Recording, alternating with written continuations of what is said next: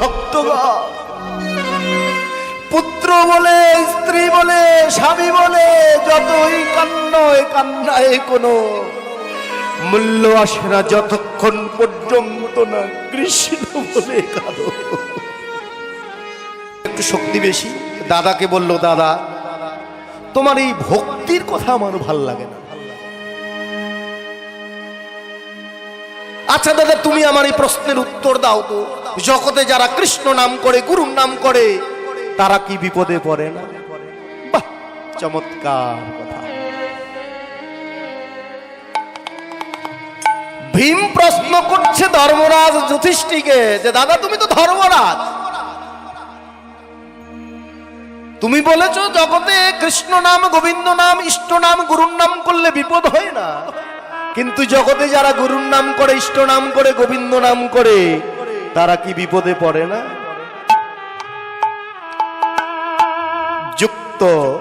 যুক্তি প্রশ্ন করেছেন ভীম।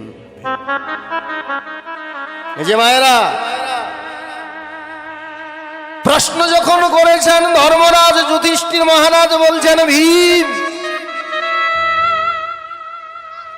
আমি শুধু মনে করেছিলাম তোমার কাছে শুধু শক্তি নিহিত আছে, কি না, না তোমার হৃদয়ের মধ্যে ভক্তিও প্রবাহিত হচ্ছে।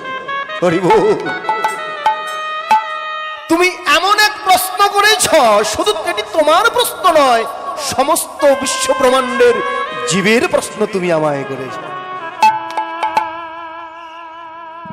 কি যে জগতে যারা কৃষ্ণ নাম করে, যারা গুরুর নাম করে, তাদের কি অমঙ্গল হয় না?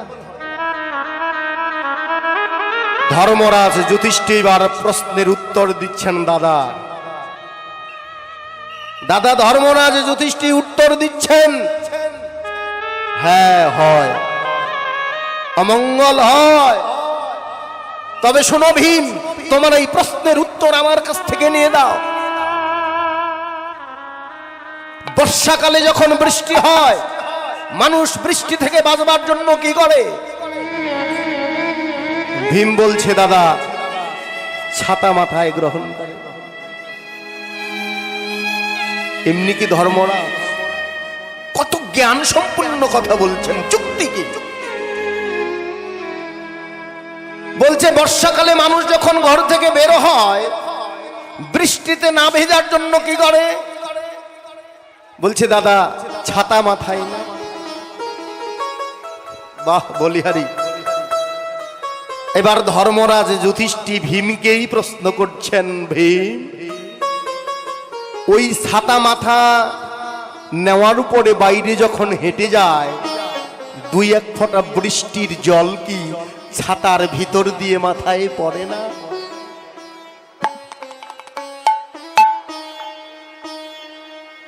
ভীম এবার চমকে গেল যে দাদা দুই এক ফোঁটা তো পড়েই।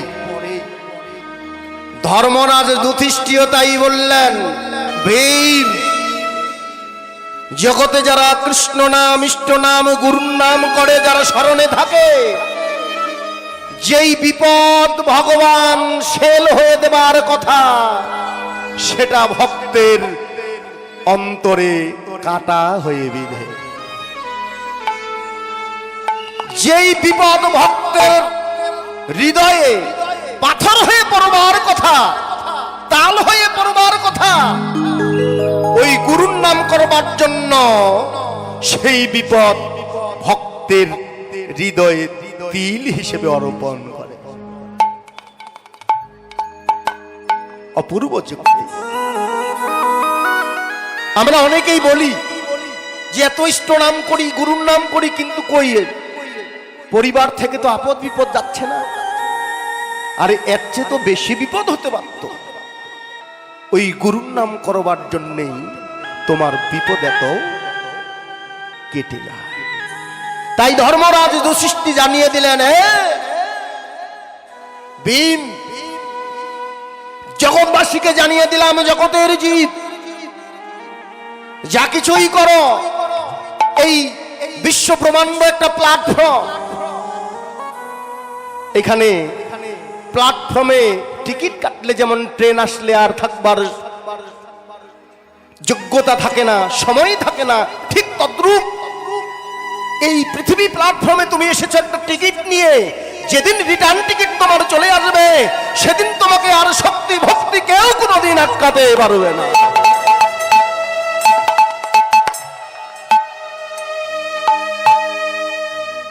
তাই আমার শ্রীমন মহাপ্রভু কি করলেন? সুরধনী গঙ্গার তীরে সহচরগণ সঙ্গে লয়ে এক অপূর্ব খেলায় মেতে উঠলেন।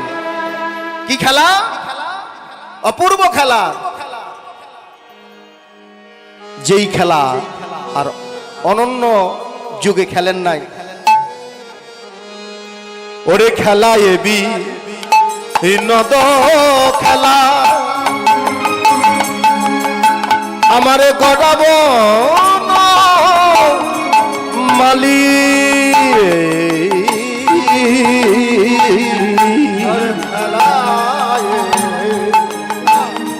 বিনোদ খেলা। বাহ,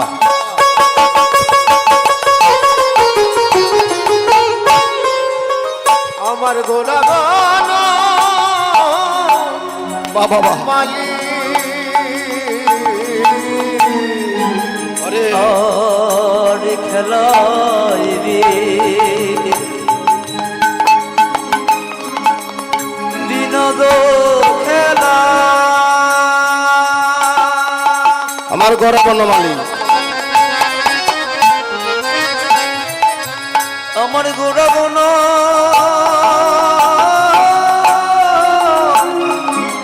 মালি আর পুলিন বিহার করে ভকত মণ্ডলী। পুলিন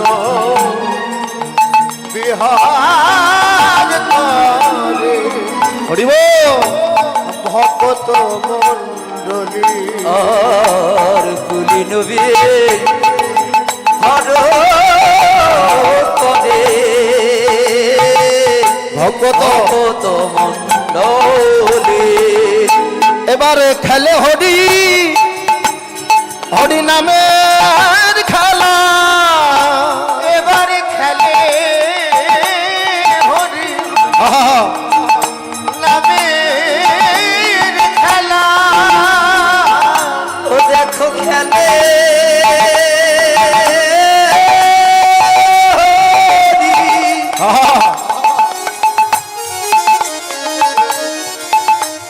হরি নামের খেলা।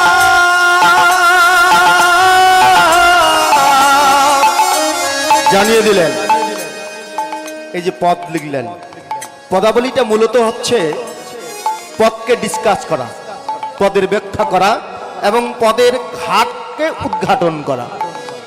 এটি হচ্ছে পদাবলীর নিয়মাবলী। কিন্তু আমরা কি করি, ভক্ত সমাজকে বোঝাবার জন্য অনেকেই ওই ট্যাবলেট ডাইরেক্ট খেতে পারে না, তখন কি করতে হয়? বাচ্চারা দেখবেন যে ট্যাবলেট খেতে পারে না, তখন মায়েরা কি করে, ওটাকে বেটে জলের মধ্যে দিয়ে খাওয়াই দে, খা। তো আমাদেরও, আমরা যারা ভক্ত সমাজ আছি, পদাবলী কীর্তনটা আগে উত্তরবঙ্গে ছিল না, এখন মোটামুটি ব্যাপক একটা প্রচলন আমাদের হয়েছে। এখন যেখানেই নাম কীর্তন সেখানেই এই পদাবলী কীর্তন হয়। তো মধ্যযুগী বৈষ্ণব কবি বললেন খেলায় বিনোদ খেলা গোরা বন মালি। তাহলে বিনোদ শব্দের অর্থটা কি? বিনোদ খেলা, খেলায় বিনোদ খেলা গোরা বনমালী পুলিন বিহার করে ভকত মণ্ডলী। বিনোদ শব্দের অর্থ হচ্ছে নতুন। বললে ওরে জগতের জীব, তোরা এই জগতে অনেক খেলাই খেলিস, ফুটবল খেলা, ক্রিকেট খেলা, হাডুডু খেলা, কাবাডি খেলা, কত খেলা আছে যে খেলা পুরাতন হয়ে যায়। কিন্তু আমি ভগবান যে খেলা আবিষ্কার করেছি, ওই খেলায় যদি মন পেতে দিস, ইহজগতের খেলায় যেমন এক পক্ষ হেরে যায়, আরেক পক্ষ জিতে যায়। কিন্তু আমি ভগবান যে খেলা আবিষ্কার করেছি, এই খেলা হারো নেই, জিত নেই। এই খেলা পুরাতন হয় না, জন্ম জন্মান্তরে এই খেলা নতুন থেকে যায়। প্রমাণ জানিয়ে দিলেন, এক কৃষ্ণ নাম যেখানেই হয় সেখানেই ভক্তরা আবেগ ফ্লুত হয়ে ছুটে যান, যাই ভক্তের যদি একবার কৃপা কিরণ। তো সেই বিনোদ খেলা খেলছেন, নতুন খেলা। কি খেলা? যা অন্য অন্য যুগে আর খেলেন নাই, এবার সেই খেলায় ভগবান তার ভক্তদনকে নিয়ে সুরধ্বনি গঙ্গার কুলে সেই খেলায় খেলছেন। এবার খেলে হরি, হরি নামের খেলা। এবার খেলে হরি নামের খেলা। দেখো খেলে হরি, হরি নামের খেলা। ওরে যে খেলায় দূর হয়ে যায়, ওরে যে খেলায় দূর হয়ে যায়, জীবের ত্রিতাব জ্বালা।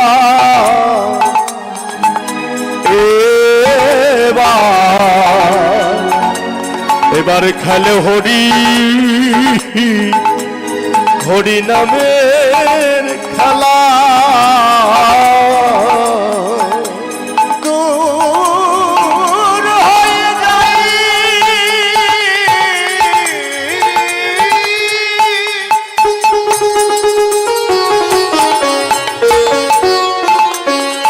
দূর হয়ে যায় জীবের সকল জ্বালা।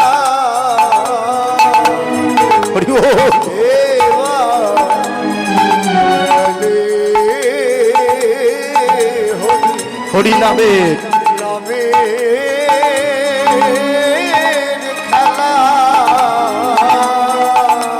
ওরে দূর হয়ে যায়,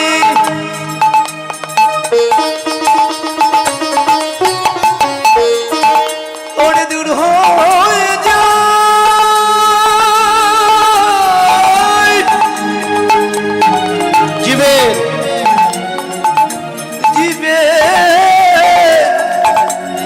জীবের ত্রিতাব জ্বালা। এবার খেলে হরি, এবারে দেখো খেলে হরি, হরি নামের, হরি নামের খেলা। হে ভক্তগণ, এই হরি নামের খেলাতে ভক্তগণ খেলছেন। ভগবান বললে, ওই ভক্তগণ, এই খেলায় হারও নেই, জিত নেই, তারপরেও এই জগতে যারা ফার্স্ট ক্লাস ফার্স্ট পায়, অনেকেই প্রথমেরও প্রথম হন, ঠিক তদরূপ হার জিত না থাকলেও আগে তাদেরই জয় হবে। কাদের? যারা মান অভিমান ভুলে গিয়ে অহংকারের দর্পণকে ভেঙে চুরিয়ে মনের মলিনতা দূর করে ভক্তের বাজারে গিয়ে কি করে? এই ব্রজের ধোলাতে দেয় গড়া গড়ি। এই ব্রজে ধোলাতে দেয়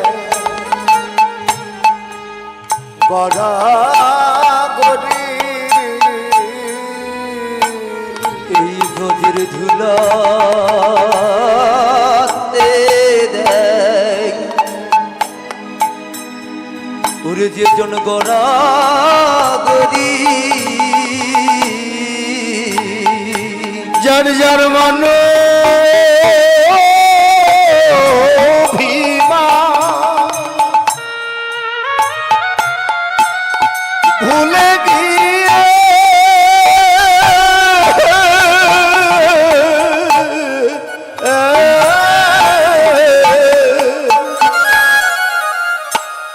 এই ব্রজের ধুলাতে গড়া গড়ি সব মানো ভীমা ভুলে গিয়ে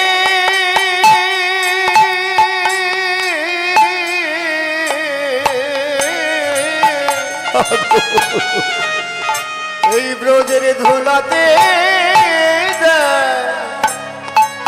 গড়া গড়ি এই মনোভিমান ভুলে গিয়ে ওরে ভুলে গিয়ে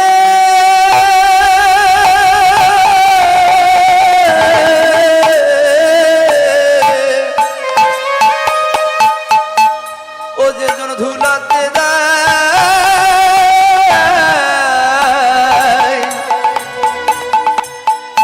ওরে গড়া গড়ি যার যার মানো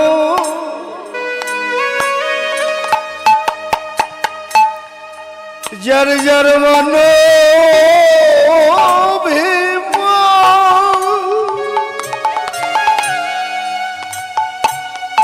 ভুলে গিয়ে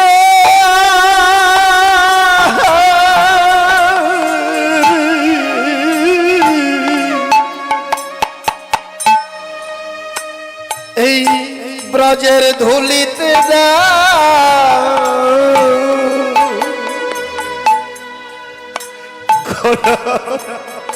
গড়ি যার যার মান অভিমান ভুলে গিয়ে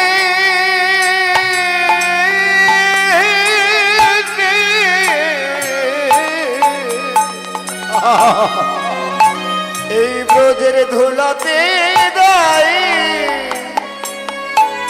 গড়া গড়ি আমি যে কত জন্মে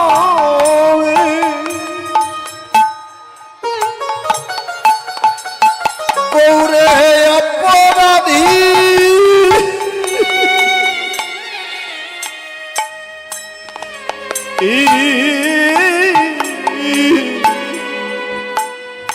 ওই ব্রজের ধুলা মাখলা রে ওই আমি কত জনমে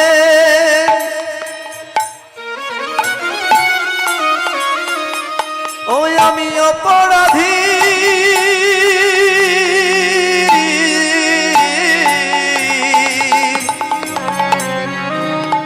এই ব্রজের ধুলা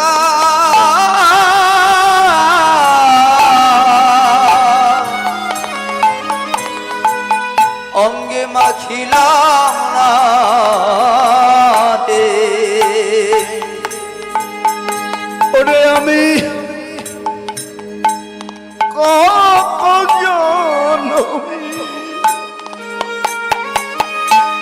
গৌরে অপরাধী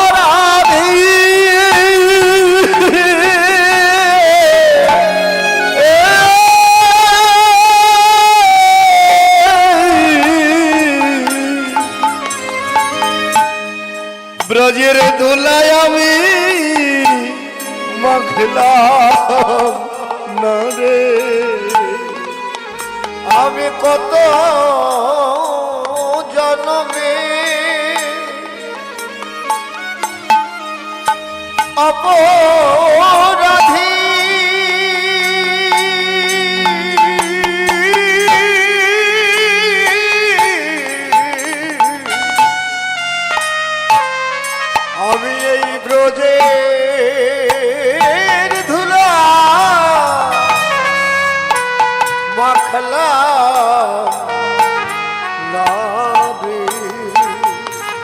তোমরা মাখো মাখো ব্রজে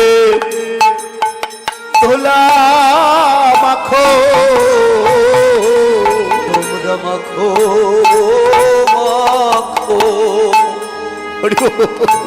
এই ব্রজের ধুলা মাখো। আমাদের আর ভাইকে, আমাদের আর ভাইকে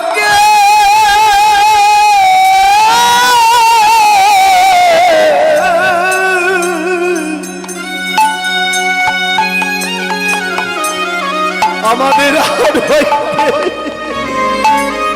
আর ভাবছি হয় কি না,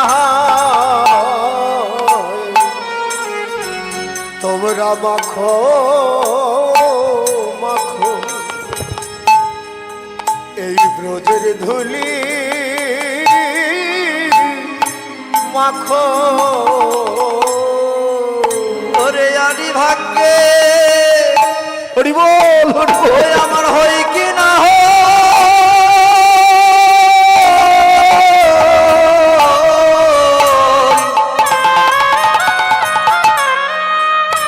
তোমরা মাখো মাখো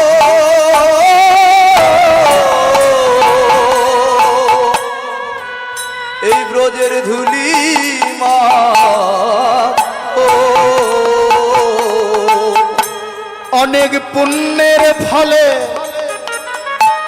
এমন সঙ্গ মিলে, ওরে মন অনেক পুণ্যের ফলে, অনেক পুণ্যের ফলে এমন সঙ্গ মিলে,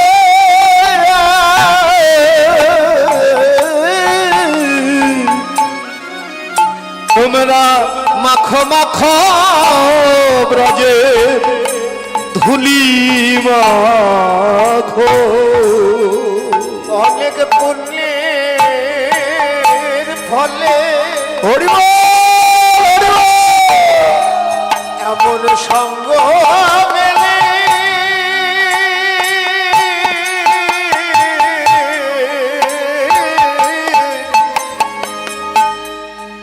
তোমরা মাখো মাখো এই ধুলি মাখো। অনেক পুণ্যর ফলে ওরে ভাগ্যে মেলে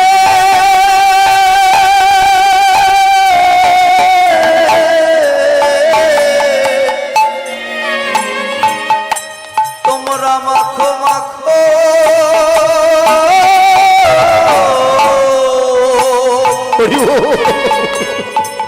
এই ব্রজের ধুলি মাখো।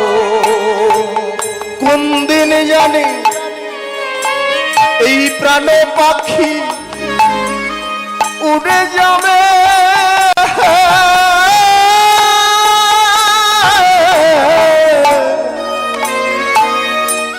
তোমরা মাখো মাখো এই ব্রজে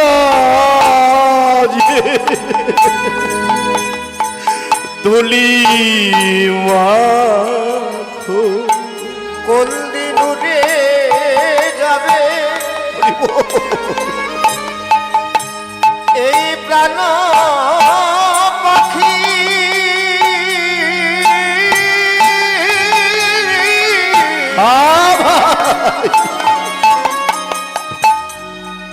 তোমরা মাখো মাখো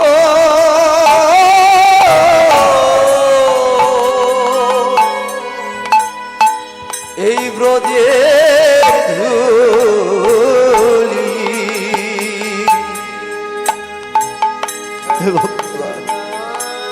কোন দিন প্রাণ পাখি উড়ে যাবে কেউ কোনদিন বলতে পারে না। জগতে আসবার সিরিয়াল আছে, কিন্তু কে কার আগে চলে যাবে কেউ কোনদিন বলতে পারে না। তাই সময় যেহেতু পেয়েছি, মানবিমানের অহংকার ভুলে যা, ভুলে গিয়ে ভক্তের সঙ্গে এসে ভক্তের চরণে ব্রজের ধুলি অঙ্গে নাও। এই তাপিত প্রাণ শীতল গণ আর বসে বসে নয়নের জল ফেল। হে ভক্তগণ, পুত্র বলে, স্ত্রী বলে, স্বামী বলে যতই কান্নায় কোনো মূল্য আসে না যতক্ষণ পর্যন্ত না কৃষ্ণ বলে কাঁদো। যেমন কেঁদেছিল নন্দ মহারাজ। উদ্ধব একদিন চিন্তা করলে, আমি তো ঠিক দেখতে শ্রীকৃষ্ণের মতো। শ্রীকৃষ্ণ দ্বারকা থেকে উদ্ধবকে পাঠিয়ে দিলেন, উদ্ধব আমি তো শত জনমের মতো চলে এসেছি বৃন্দাবন থেকে। তুমি যাও না একটু বৃন্দাবনে, বৃন্দাবনবাসীর একটু কুশলটা নিয়ে এসো। উদ্ধব বলছে, কৃষ্ণ যেতে পারি, যেতে পারি। তোমার ওই যে চরণের নুপুরটা, ওই নুপুরটা আমাকে দাও। উদ্ধব কি করলেন? শ্রীকৃষ্ণের চরণের নুপুর উদ্ধব তার চরণে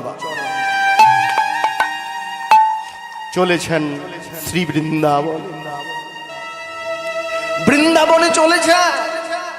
বৃন্দাবনে যখন প্রবেশ করেছেন দেখলেন বৃন্দাবনের তরুলতা যারা যেদিন থেকে কৃষ্ণ চিরজন্মের মতো বৃন্দাবন থেকে ছেড়ে গেছে,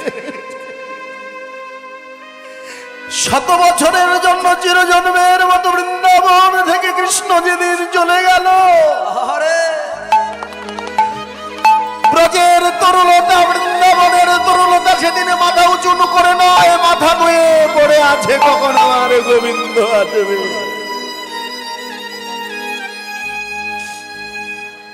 কখন আমার গোবিন্দ আসবে। উদ্ধব বৃক্ষের কথা বুঝতে পারে। বৃক্ষগুলো আজ উদ্ধবকে বলছে, উদ্ধব তুমি তো এসেছ, আমাদের প্রাণ গোবিন্দ কেমন আছে?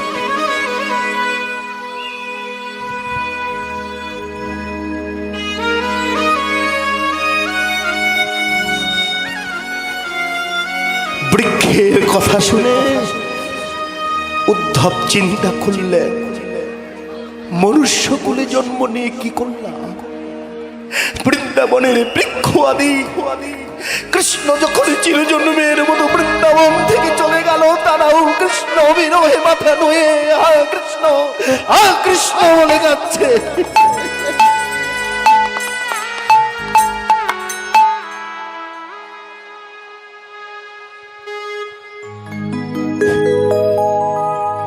শ্রীদা উদ্ধব চিন্তা করলেন, এই কি বৃন্দাবনবাসী, এই কি শ্রীকৃষ্ণের প্রতি ভালোবাসা? চলে গেলেন। আর একটু সামনে গিয়ে দেখলেন তমাল বৃক্ষের ডালে সুখ শাড়ি বসে আছে। যেদিন থেকে কৃষ্ণ চিরজন্মের মতো চলে গেছে, সুখ শাড়ি চোখ বন্ধ করে রেখেছেন যতক্ষণ না পর্যন্ত আমার গোবিন্দ বৃন্দাবনে না আসবে। শোক শাড়ি ততক্ষণ পর্যন্ত প্রতিজ্ঞা করেছে সে কোনোদিন আর চোখ খুলবে না। হরি বল।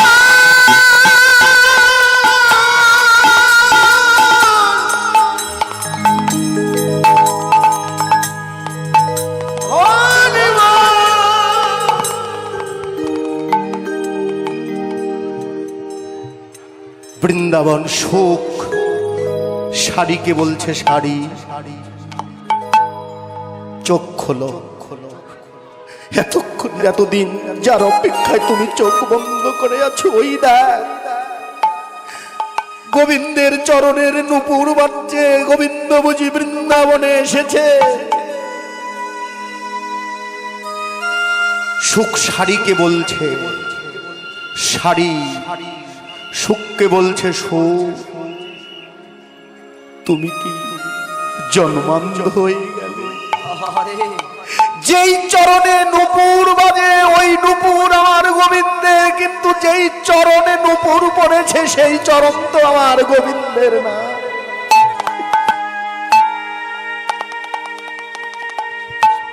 নূপুর আমার গোবিন্দের, কিন্তু যেই চরণে পড়েছে সেই চরণ তো আমার গোবিন্দের না।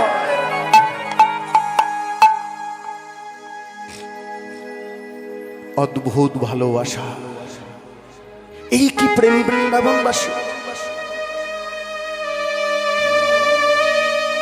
উদ্ধব যতই গভীরে যাচ্ছে ততই চিন্তা করছে। আমি মনে করছিলাম আমি বুঝি শ্রীকৃষ্ণের সবচেয়ে কাছের বন্ধু, আমি বুঝি শ্রীকৃষ্ণকে ভালোবাসি। এবার চলে গেলেন নন্দালয়। নন্দ মহারাজ উদ্ধবকে পাওয়া মাত্র নন্দ মহারাজ জড়িয়ে ধরেছে। বহুদিন পরে বৃন্দাবনে আসলি, আমার কৃষ্ণ কুশলে আছে? আমার কৃষ্ণ কুশলে আছে তো? উদ্ধব বলতে পারে, যদি বলে কৃষ্ণ কংসের অত্যাচারে ভালো নেই, নন্দ মহারাজ কষ্ট পেতে পারে। নন্দ মহারানী কৃষ্ণ বিরহে বাৎসল্য প্রেমে বিভোর হয়ে নয়ন জল ছেড়ে দিয়ে উদ্ধবকে বলছে, উদ্ধব তুই একবার বল না আমার বাৎসল্যময়ী কৃষ্ণ কেমন আছে? অনেকক্ষণ পর উদ্ধব বলল, তোমাদের কৃষ্ণ খুব একটা ভালো। এই কথা শোনার সঙ্গে সঙ্গে নন্দ মহারাজ যার মহারাজ রইল, ডুকরে ডুকরে কাঁদছে নন্দ মহারাজ। হায় হায় কি হলো? নন্দ মহারাজের কান্না দেখে উদ্ধব আর স্থির থাকতে পারছেন না। উদ্ধব চিন্তা করলেন, আমি নন্দ মহারাজের কান্নাটা থামি। উদ্ধব শুধু বলবেন, মহারাজ আপনি আর কৃষ্ণ বলে কাঁদবেন না। এই কথা বলার আগেই বিশ্বব্রহ্মাণ্ডের সমস্ত শাস্ত্রগণ এসে উদ্ধবের মুখটা চেপে ধরেছে। উদ্ধব, তুমি যদি আজ নন্দ মহারাজকে কান্না থামিয়ে দাও, জগতের কোন ভক্ত আর কৃষ্ণ বলে কাঁদবে না।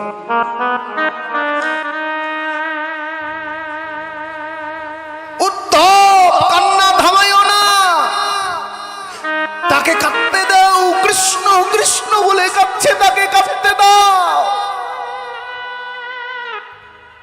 যদি কান্না থামিয়ে দাও, এরপর থেকে কেউ আর কোনোদিনই কৃষ্ণ বলে জগতে কাঁদবে না। উদ্ধব চিন্তা করলেন, সত্যিই তাই। হে জগৎ, যদি কাঁদতেই হয়, যদি কাঁদতেই হয়, মায়া না কান্না কেঁদে নিবৃত হোক, নির্জনে হোক, ভক্তের সঙ্গে হোক, গুরুর চরণে হোক, কৃষ্ণ বলে যদি নয়নের জল ফেলতে পারো, তোমার আত্মা শুদ্ধ হবে, যন্ত্রণাটাও দূর হবে, গোবিন্দ কৃপাও তোমার বরিশ হবে। তাই তাই জগতে যদি কাঁদতেই হয় কৃষ্ণ বলে কাঁদো। এমন ভজনযোগ্য মনুষ্য জনম পেয়ে যেখানে বৃন্দাবনের তরুলতা গোপীরা নন্দ মহারাজ সুখ সারি পক্ষীগুলা যে কৃষ্ণ বিরহে কাঁদছেন, সেখানে মনুষ্য কুলে জন্মগ্রহণ করে কৃষ্ণ বলে তো কাঁদা হলো। তাহলে কি হলো? বলি আমার মানব জন বিথাই গেল, আমার মানব জন বৃথায় গেল। আমার কৃষ্ণ বলে কৃষ্ণ বলে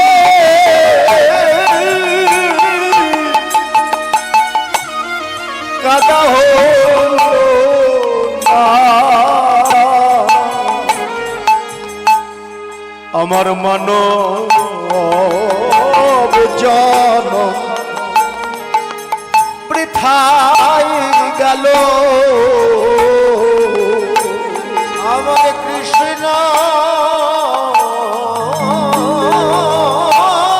বলে কৃষ্ণ বলে কাদা হলো না, কাদা হলো না। আমার মানব জন বৃথায় গেল, বৃথায় গেল। আমার কৃষ্ণ বলে কাদা হলো না, মানব জনম বৃথায় গেল।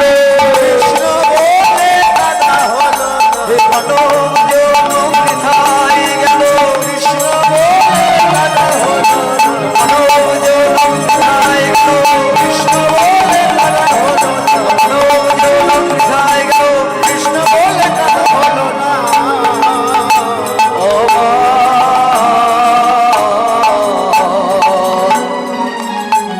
আমার মানব জন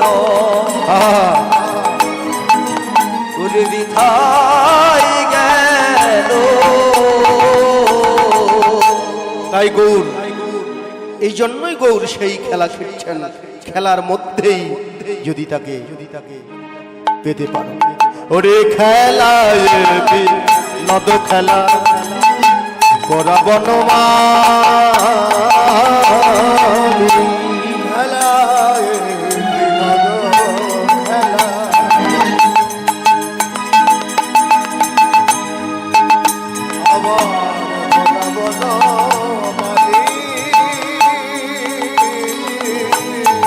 আর পুলি নবী হার করে, পুলি নবী হার করে ভগত মন্ডলী। পুলি নবী হর করে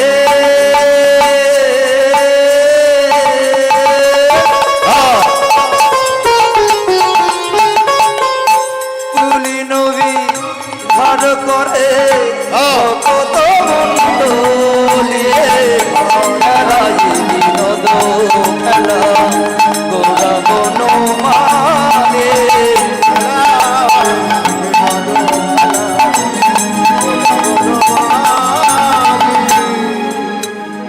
আর দিন অবসান হলো গৃহেতে চলিলা, অবসান হলো চলিলা।